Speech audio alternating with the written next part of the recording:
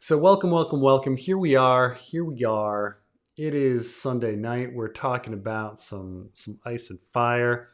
And I wanted to talk about tonight John and his resurrection.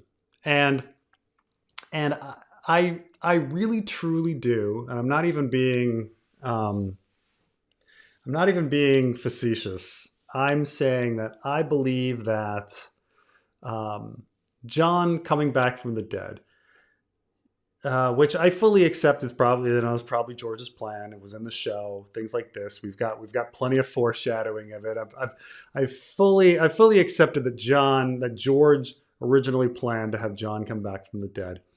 Um, However, I think it's a extremely lame idea.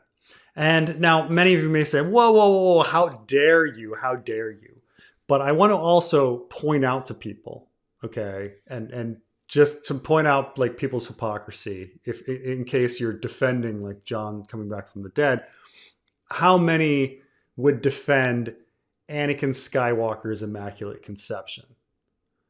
When Anakin Skywalker had his, was made a fatherless baby in the Star Wars story, almost everybody was like, that's so lame. Like, why are we making this why are we making this Jesus connection? Um, why is this necessary? Well, and here's the thing. And I want to bring up, like, because obviously John coming back from the dead is a Jesus thing. We are connecting it to the Jesus story. So, and why is that um, thematic connection made? And I want to talk about, but we can't really do that without talking about Christianity and talking about Jesus. So let's do just that. Um, so when you talk to Christians and when you read the Bible, various reasons are given for why Jesus needs to come back, like why Jesus's resurrection is important.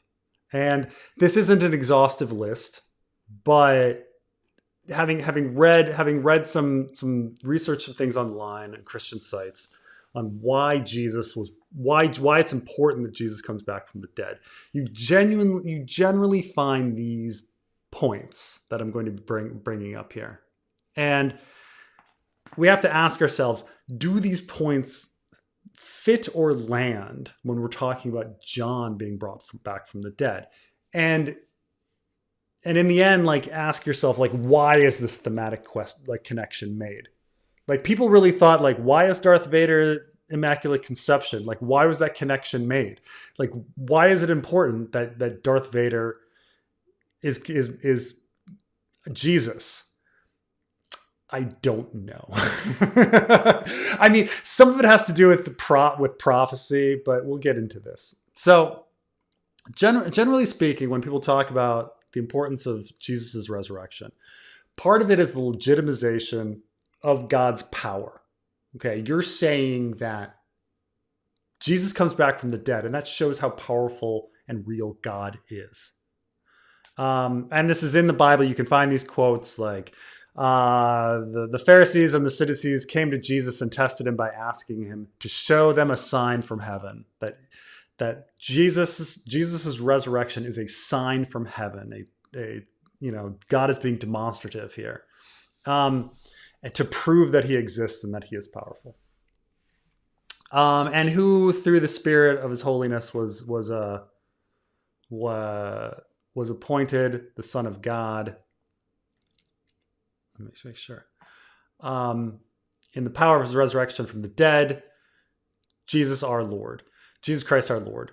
So God's power is being shown here in the resurrection of Jesus. And this is the case with all miracles. All miracles are God being demonstrative and showing that He has power in this world, and you should worship Him, fear Him, have faith in Him, whatever you want. Like. So, does that work for John? And I would say no. Like say you're showing the power of what are we supposed to be showing here? The power of R'hllor, the power of Bran, like all of those things have already been shown. Is it important for the people to see the power of R'hllor so that they'll follow him and things like that? Certainly, that didn't happen in the show. But is that important? Like, if Jon comes back from the dead, is it important that everybody's all of a sudden like believes in God? Because most of these people believe in gods already. So that, it's, is there this group of faithless that suddenly have faith by seeing a miracle?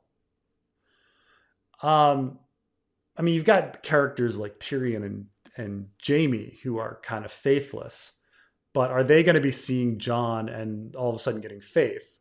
For the most part, you've got, people that are already religious, that they don't really need a legitimization of God. Not to mention, this a lot of these aren't going to work because George R. R. Martin is an atheist and he's writing a story largely about free will.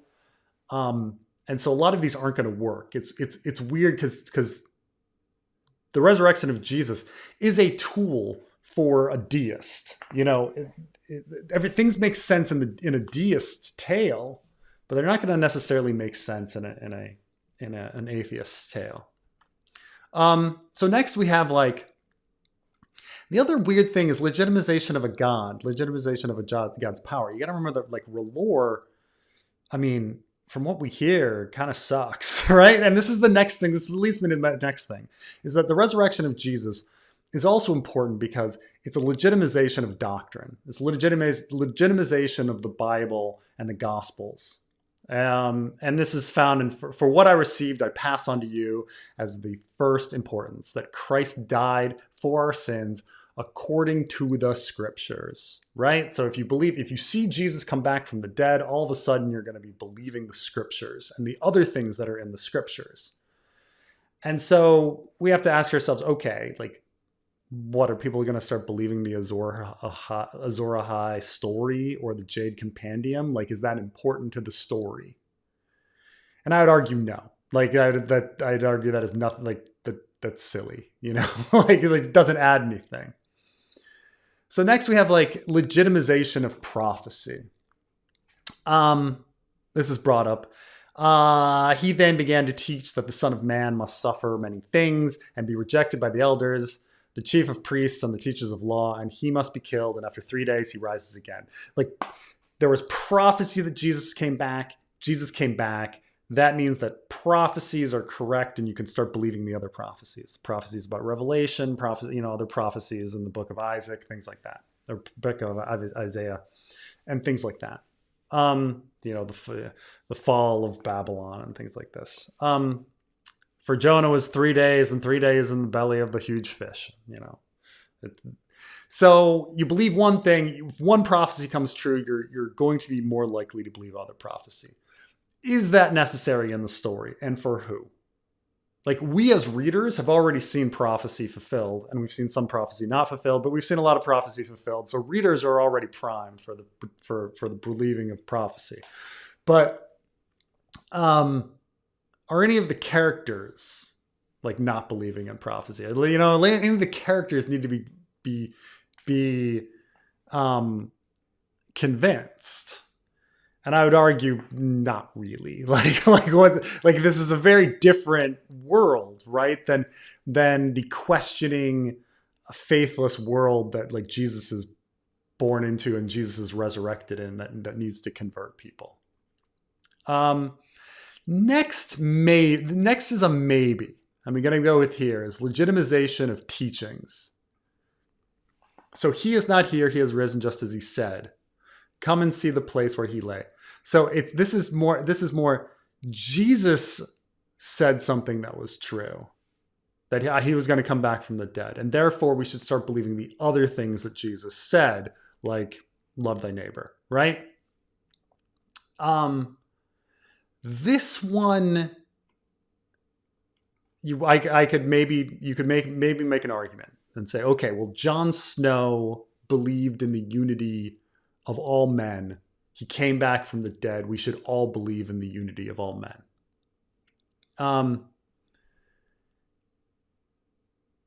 that could work, but what's really odd about that is that if is that that George R. Martin is an atheist, and he's talking and he's writing this tale, and he's saying, well, the only way that human beings can possibly unite together is if they all see a miracle. The only way human beings will ever love each other as brothers is if they see a fucking miracle and therefore suddenly believe that like they should start caring for each other and have empathy, which is certainly not what like George R. Martin believes. Like George R. Martin believes in empathy. He's a very empathetic person. He's never seen a miracle. Why does he need to see a miracle? Jesus' resurrection, like that a miracle is necessary for human empathy. Sorry, is a very odd lesson here. I mean, this one might work in that Jon Snow has some great beliefs. Jon Snow is an incredibly empathetic, sympathetic character. He's a good person. We need more characters like Jon Snow.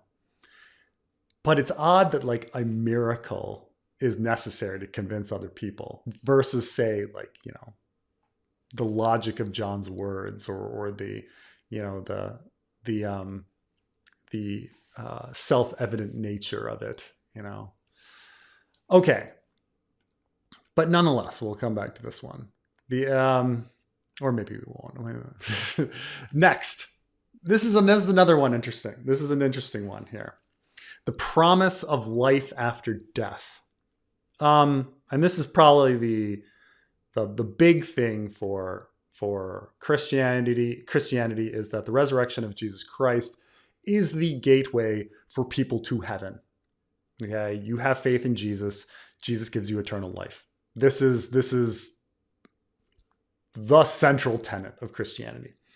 So, you know, you say, this is my blood, the covenant, which poured out of my life on the forgiveness of sins. And I tell you that you are Peter, and on the rock I'll build my church. And the gates of Hades, that is death, will not overcome it. And this is, the Corinthians is pretty freaking explicit about this, but if it is preached that Christ has been raised from the dead, how can some of you say there is no resurrection of the dead? That there is no resurrection of the dead, that not even Jesus has been raised. So this idea is that if Jesus can be raised from the dead, the idea is that we all can be raised from the dead. If Jesus can overcome death, we all can overcome death. Yeah, this is central tenet of Christianity. And by overcoming death is the eternal life in heaven. Okay, so George R. Martin's story is very focused on this, the promise of life after death. However, what we've seen so far, and this goes with the show as well, is that when we hear about the life after death, we hear George's idea about life after death is immortal life through storytelling and song. That we live on in stories. We live on in song. Okay? And we hear about this. First of all, it's the fucking ending of the Armageddon rag, like George's previous book. Okay? That's the end of but it's also the end of the show. Nothing beats a great story. Nothing beats a great story, Tyrion tells us. That's the thing that really overcomes death. George has said in interviews, as recently as the latest Collider interview, that his stories are his children. They're his legacy. Okay? And then in the story, we hear things like Mira telling Bran, never forget old Nan. If you remember her, she'll never be dead. Or the pit fighters and Marines saying, who gets to live forever? Well, the people who die and whose names go on the wall. Or the Ironborn being like, oh, let's die in battle and have glory and live forever in song. Okay, this is a very common theme in Ice and Fire. Immortality is knowledge, song, stories, and this is and pretty much confirmed in the show. Nothing beats a great story, the Tyrion thing. So, immortality is fundamentally different in George's world than Christianity. Christianity, your soul goes to heaven and it lives forever. Okay, that's immortality. In Christianity, in Ice and Fire, immortality is you are remembered in song. You know, you are remembered in stories, and nothing beats a great story. And story is your immortality. George's immortality is his writing and his stories. Okay, fine. What the fuck does John's death have to do with any of that? Like, how does John's death, like, you know, I could see there could be a moment where John is like, come fight the others with me, and we may die fighting the others, but you'll all be remembered in stories. But the thing is, most of the characters already believe that already. Like, most of the characters already believe in immortality through song, or like having their names engraved on the walls of the fighting pits of Meereen. They don't really need John to do it. And John's not really like metaphysically making that connection that Jesus is. Like, Jesus is dying for sins, and that is the mechanism for taking souls and sending them to heaven.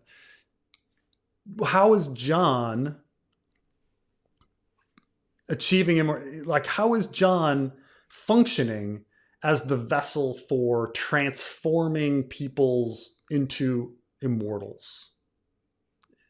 I would argue that it's very loose. It would take a big speech of his and everybody being like, yes, I want to live forever through this fighting of the others or something.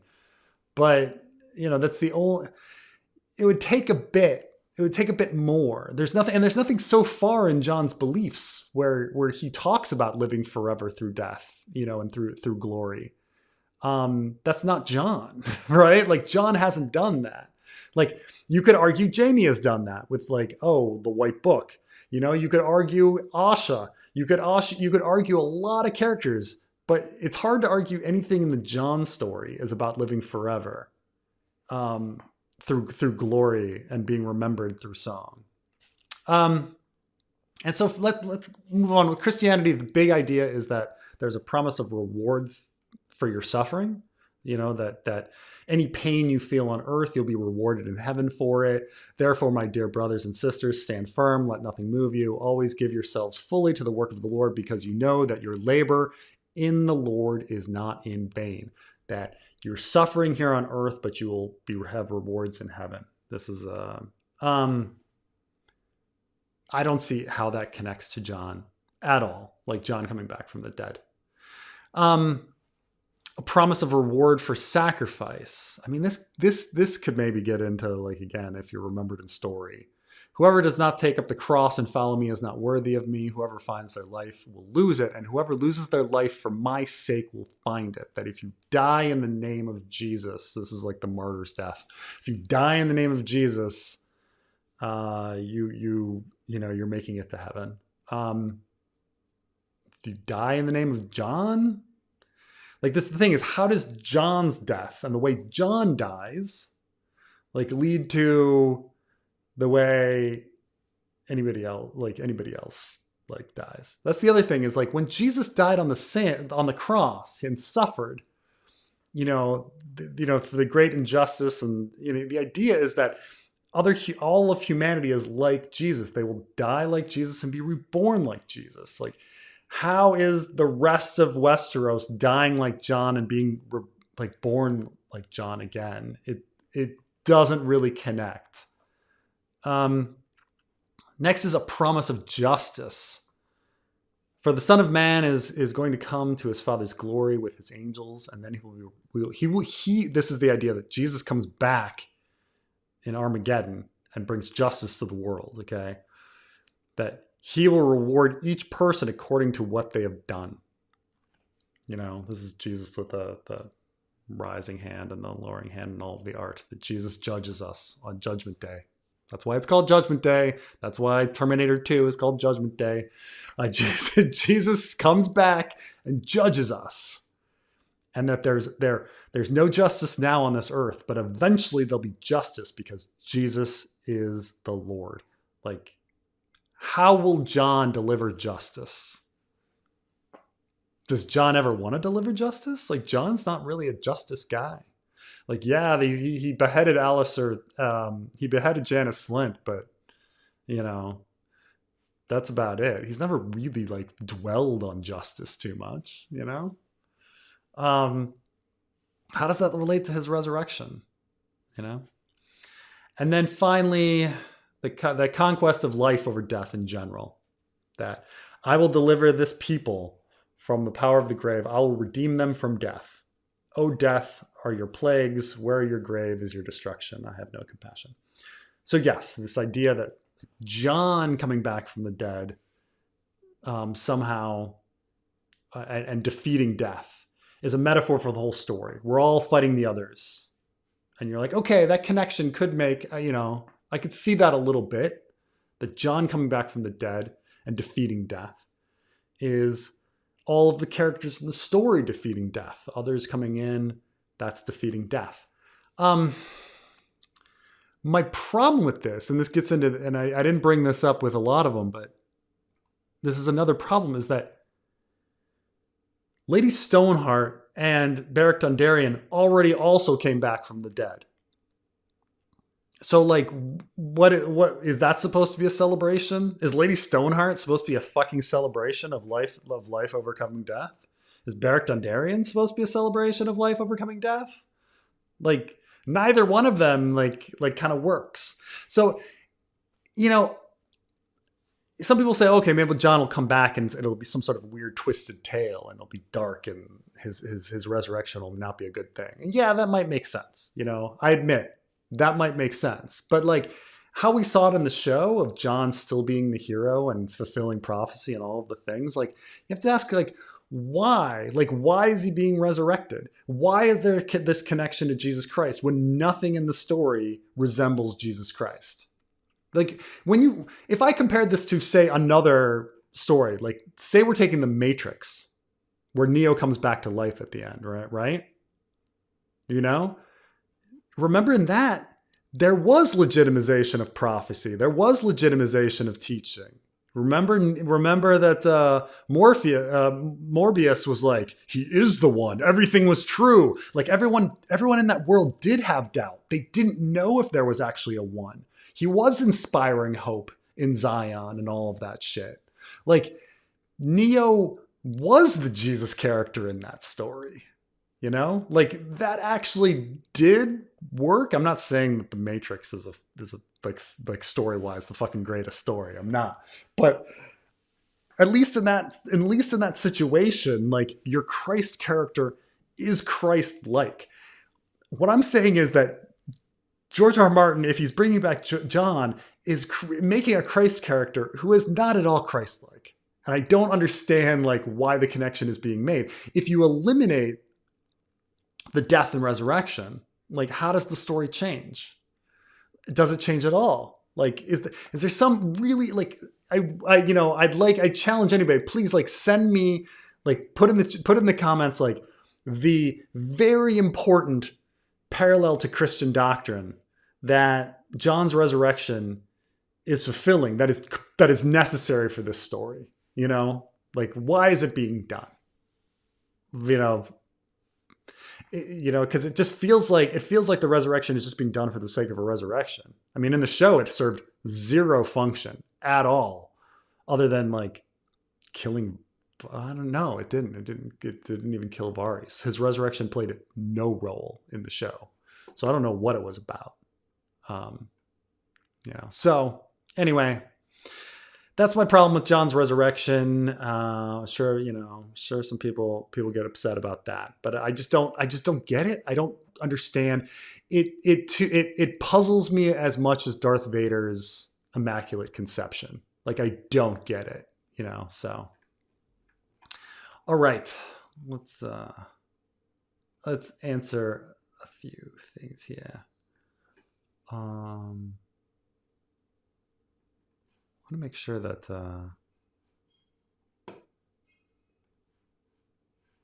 sometimes they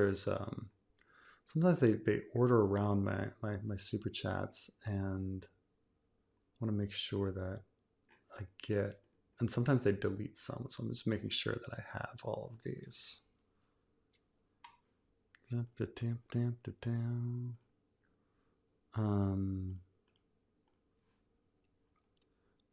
look at my live feed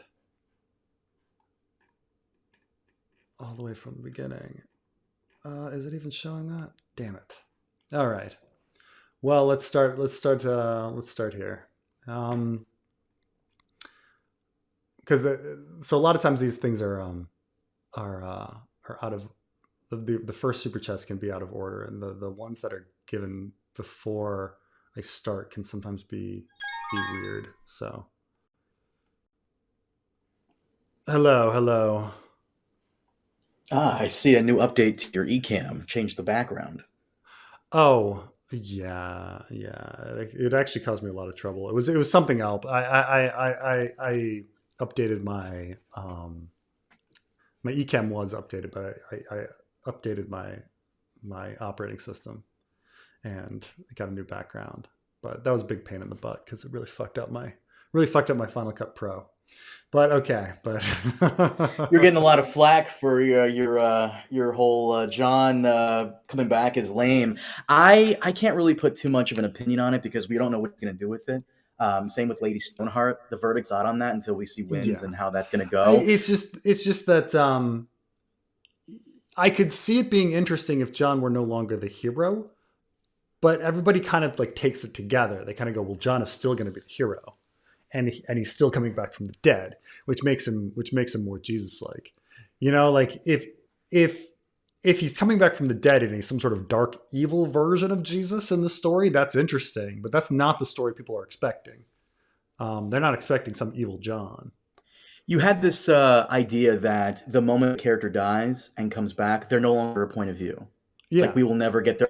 I really like that idea. So we see John from other people's perspectives, which I really like. Mm-hmm.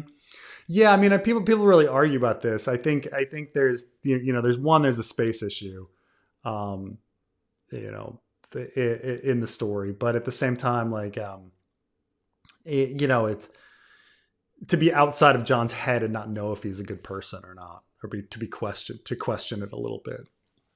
I think would be interesting going forward, but I still just don't get. I still just don't understand the Jesus connection. Like, why is it important that we have this Jesus character? In regards to Um, not having enough space, that's what your editor Will was saying in my mm, server an hour ago. Like someone was arguing, like you have to bring John back, and Will was saying, well, there's not really enough space, at least in the fanfic. yeah. In regards to Winds of Winter, there's so much that needs to be done. Is there space to bring in John? But at the same time, it's going to be our point of view at the wall. Melisandre, I guess. Yeah, Melisandre. I mean, but I don't think there'd be enough room for John, and I don't think it's necessary. I don't know. It's one of those things where I kind of think that George would probably shy away from having John being a POV too, just because I mean, Catelyn disappeared as a POV. So why? And George loved Catelyn. Okay, Hmm. like George loved Catelyn probably more than he loved John, and he made her. Now the only thing is, I mean, the original outline that George did say that John was going to be a main character for the whole way through, but that was a long time ago. So I don't know if that He includes could have changed POV. his mind on that. Yeah, he changed his mind on a lot of stuff. I mean, this is the I same will say, outline that said Catelyn was going to go north of the Wall. Um, yeah, on the olden days. I will say that was kind of a missed opportunity in the show because I kind of wanted John to stay dead a little longer and have Sansa come into her own. Like, because Sansa is kind of a character that's just there. We're just seeing events through her point of view in the show. Like I said, in the books, we don't know what he's going to do yet. But in the show, I wanted Sansa to be more strategical. Have her come to the wall and maybe she's maneuvering people, manipulating people, and nope, they brought John back. What, episode 3, episode yeah, 4? yeah, so In time fast, so for, fast. yeah. So Yeah. So I don't know. I mean, it's like I say, you can do interesting things with bringing John back, but I think bringing John back in the classic hero sense, because when I was actually researching topics, I was going back to like the R plus L equals J, like I was reading like the boards back in like 2012, 2013 about like the whole John hard on about like fulfilling prophecy and being the hero and all of these sorts of things. Um,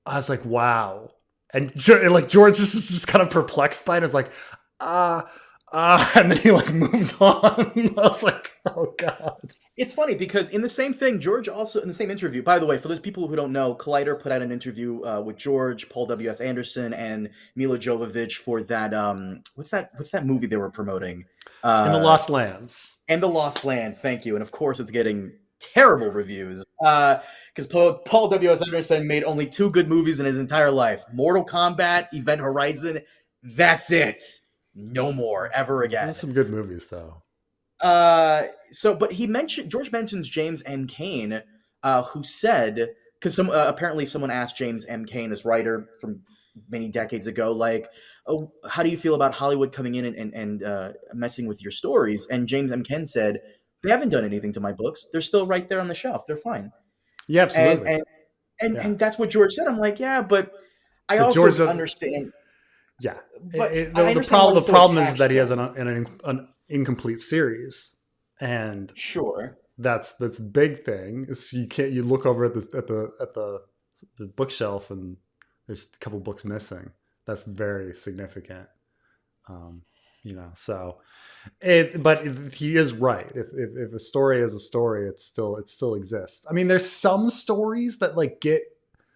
I mean, there's like Wizard of Oz, where like the movie is now more powerful than the original books, that they start affecting things. Like Wicked is definitely affected by the movie than the original book, even though it claims to be a sequel to the original book. Like things like the Wicked Witch of the West having green skin is not in the fucking original Wizard of Oz book, okay? And like that's like an essential part of like the Wicked story. But anyway.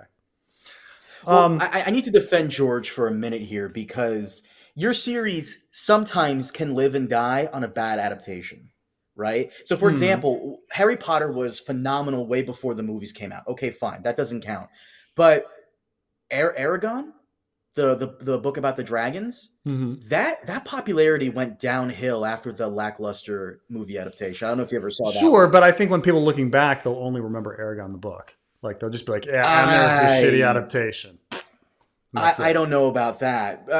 Do you think Ice and Fire would still have been as popular had it not been for how great the first few seasons of Game of Thrones was? Oh, of course. And I also throw this at the Witcher books. Sapkowski, the guy who wrote The Witcher, was infamously upset that he only sold the rights to the game adaptation for $9,000. Then the games do very well, and then he starts selling a lot of books. And then the games start making more money than the books, and now he wants millions of dollars. So would he have sold as much books if it wasn't for the success of that adaptation of the games? I don't think so. In fact, I think The Witcher would have been a Polish-only thing. It wouldn't have been a worldwide success as it was. Sometimes your series can live and die on adaptations, and all George really wants is for his adaptations to be decent. And sometimes, people come in, and he even explained it himself in the Adaptation Tangle blog post from several months back. People think they can do better. He sees it as the showrunners and writers thinking they know more about his work than he does. That's how he sees it. I think, it's fair to get pissed off. Imagine if Dave and Dan came in, or Paul W.S. Anderson came in and tried to adapt your stuff, and they moving certain things around. It's also apples and oranges. It's apples and oranges when it's fucking Fire and Blood. Fire and Blood, there's nothing fucking great about Fire and Blood. Okay?